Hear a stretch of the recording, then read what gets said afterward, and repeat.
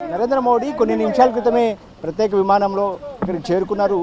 ఏదైతే ఆయనకు నాయకులు స్వాగతం ఏదైతే రాష్ట్ర ప్రభుత్వం తరఫున బట్టి విక్రమార్క కావచ్చు, అటు ఇన్ఛార్జ్ మంత్రి పొన్నం ప్రభాకర్ కావచ్చు, బీజేపీ నాయకులు వాళ్ళంతా కూడా ఆయనకు స్వాగతం పలికారు. మాజీ ముఖ్యమంత్రి ఉమ్మడి ఆంధ్రప్రదేశ్ మాజీ ముఖ్యమంత్రి కిరణ్ కుమార్ రెడ్డి కావచ్చు, అదేవిధంగా దత్తాత్రేయ కావచ్చు, వీళ్ళంతా కూడా స్వాగతం పలికారు. లక్ష్మణ్, ఈటెల రాజేందర్ వీళ్ళంతా కూడా అక్కడ ఉన్నారు. అదేవిధంగా ఇతర ఎంపీలు ఎమ్మెల్సీలు కూడా ఆయన స్వాగతం పలికారు. ఇక కాసేపు ఆ నాయకులతో ఆయన మాట్లాడబోతున్నారు, అందరినీ పేరున పలకరించబోతున్నారు. అక్కడ నుంచి ఒక 10-15 నిమిషాలు బేగంపేట ఎయిర్పోర్ట్లో ఆయన అక్కడ ఉండిన తర్వాత ఇక్కడ నుంచి రోడ్డు మార్గంలో అక్కడికి వెళ్ళబోతున్నారు.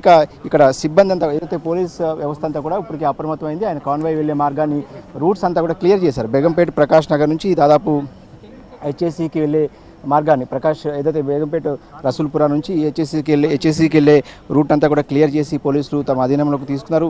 ప్రధానమంత్రి మోదీ రోడ్డు మార్గంలో వెళ్ళబోతున్నారు కాబట్టి అక్కడికి వెళ్ళే వరకు కూడా టైట్ సెక్యూరిటీని ఏర్పాటు చేస్తారు. ఇక ఆయన కాన్వాయ్ రెడీగా ఉంది.